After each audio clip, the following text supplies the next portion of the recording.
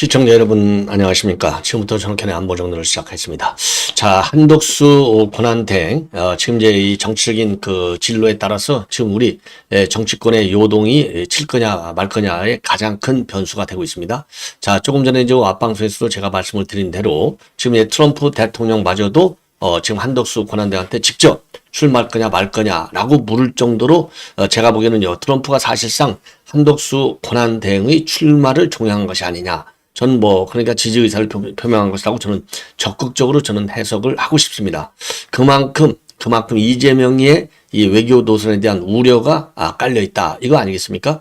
자, 그러다 보니까 우리 지금 우리 국민의힘 안에서도 한덕수 권한대행의 추대를 위해서 노력하는 그런 그 인사들이 쭉 있어요. 그래서 요거를 중앙일보가 자세하게 보도하고 있습니다. 지금까지는 이제 권성동, 그다음에 윤상현 이런 이제 중진들이 뛰고 있는 것으로 지금 알려졌는데, 요 라인 이외에 박덕흠 의원이 지금 한덕수 총리를 만나서 출마를 적극적으로 권유했다. 여기까지 지금 보도가 나오고 있네요. 자, 그래서 관련 보도 내용, 이 차출론, 이 한덕수 총리의 차출론이 이제 굉장히 큰 이슈로 완전히 부각이 됐습니다.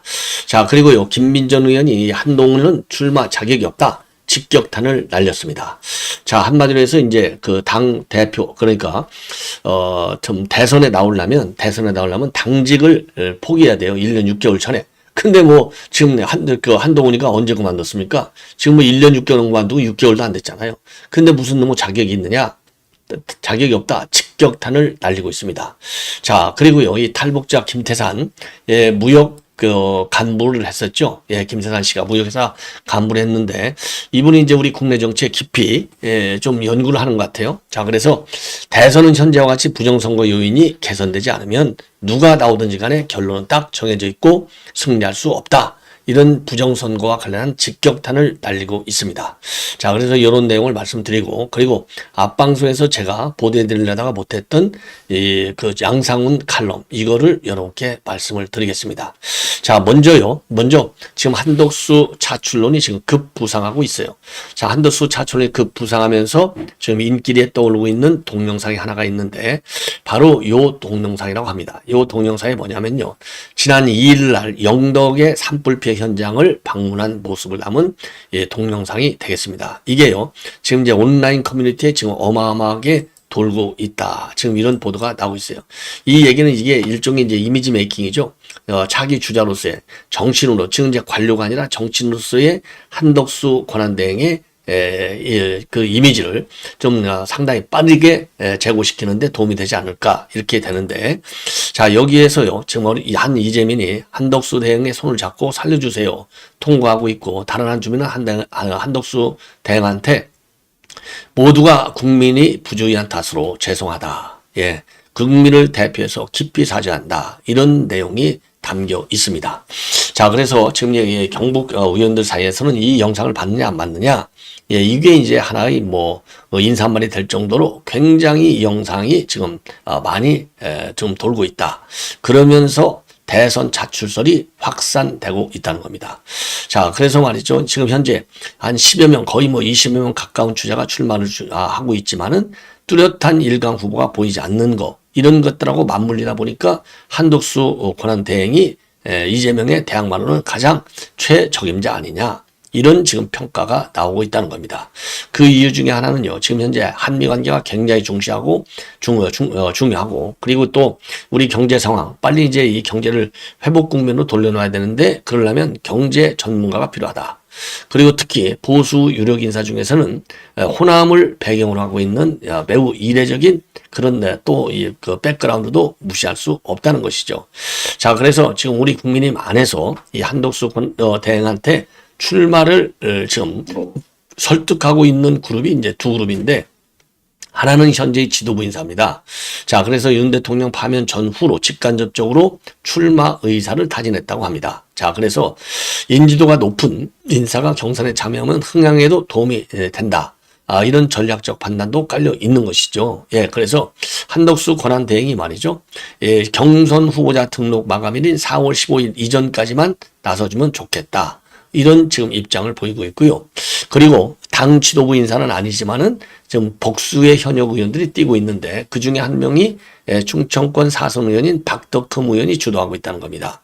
박덕흠 의원은요, 지난해 12월 말 방송 인터뷰에서 한덕수 대행을 대선 후보로 만들자는 생각을 하는 의원들이 많이 하고 있다. 이렇게 언론에서 밝힌 바 있어요. 자, 그리고 박수영 의원도요, 이 한덕수 대행 이 차출론에 지지하는 인물로 알려져 있습니다. 자, 그래서 최근에 말이죠. 이 박수영 의원은요, 이 페북에다가 중국에 출시하는 사람하고 한미 동맹을 수호하려고 하는 사람하고 누가 좋냐? 예. 자, 그래서 이 한덕수 대행의 차출을 박수영 의원도, 은근하게, 지금 지지하는 그런 의원으로 되어 있고, 자, 그리고 현재 10여 명의 현역 의혹이 한덕수 대행을 돕겠다. 이런 입장을 보여주고 있다는 겁니다.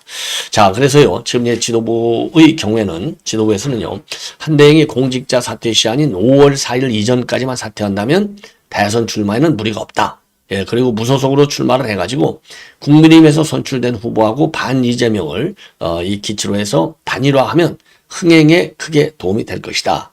이런 생각을 가지고 있다는 겁니다.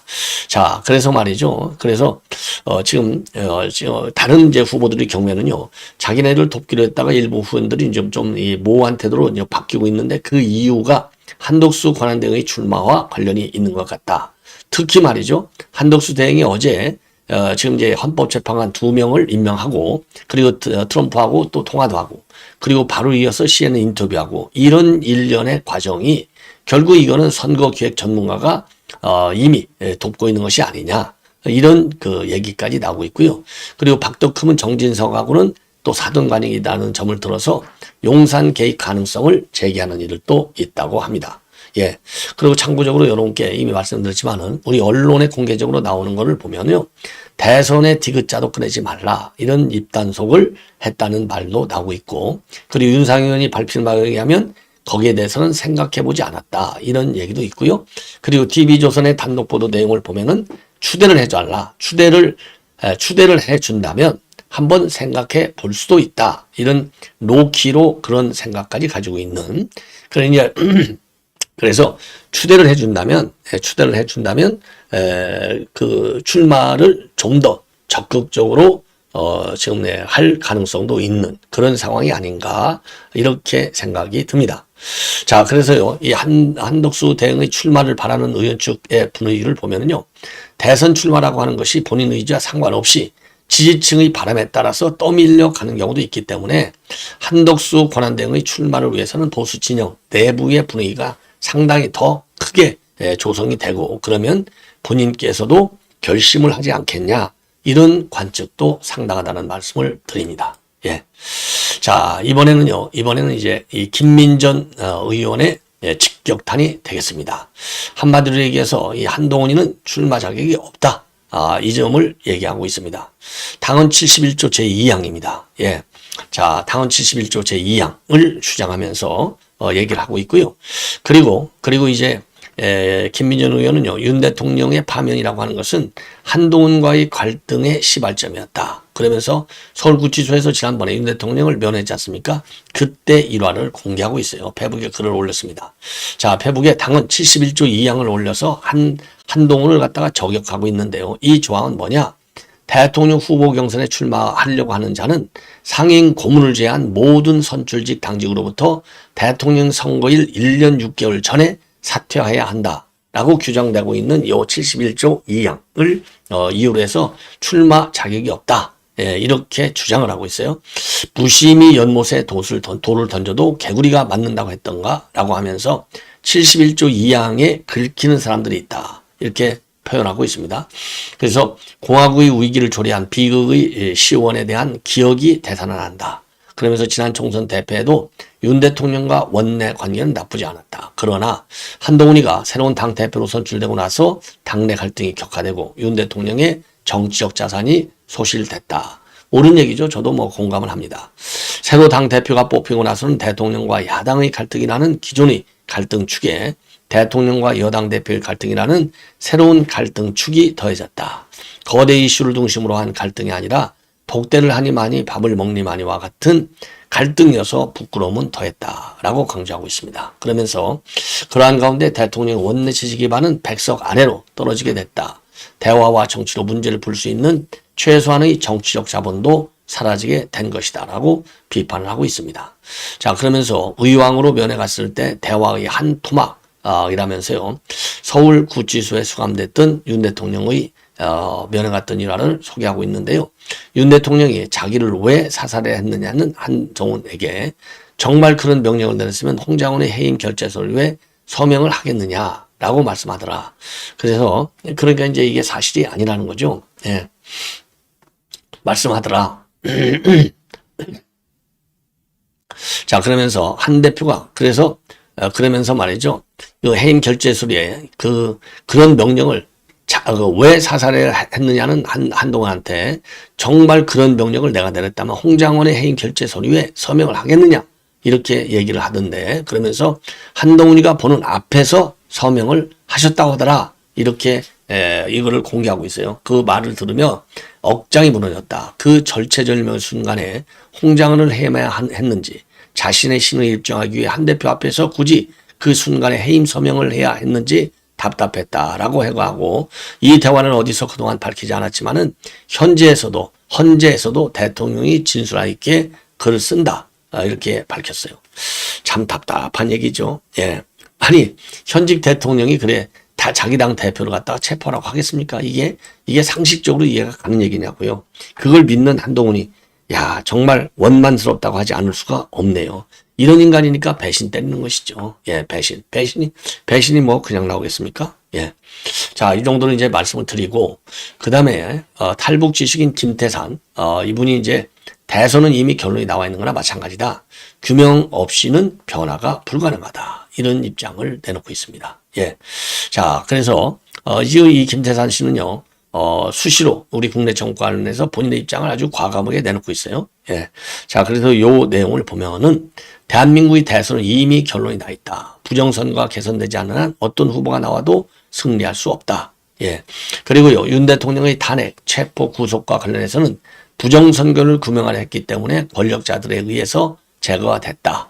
그리고 현재의 정치 상황을 내란과 쿠데타로 규정하고 있습니다. 특히 보수 진영이 후보를 두고 경쟁하지만 핵심 문제인 부정선거를 외면하는 의미가 없다라고 지금 주장하고 있어요.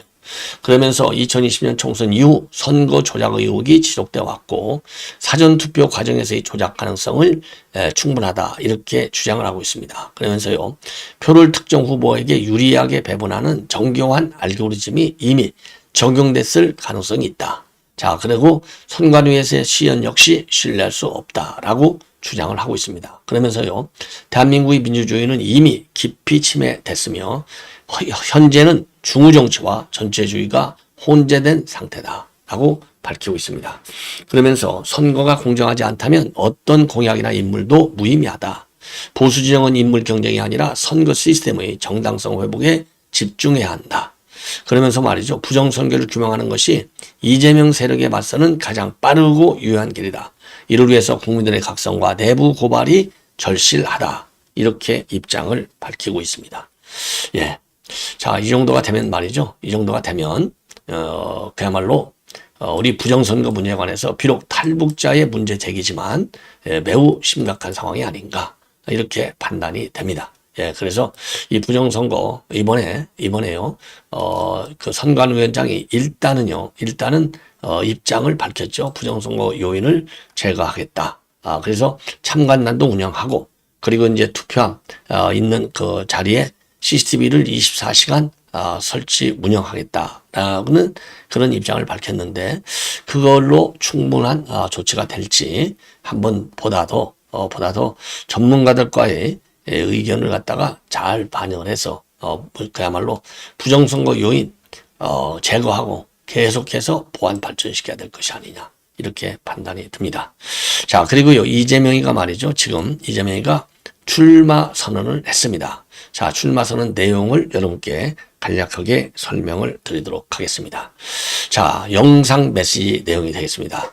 진짜 대한민국을 만들겠다. 진짜 대한민국. 이재명 TV를 통해서 11분 분량의 영상을 공개했는데요.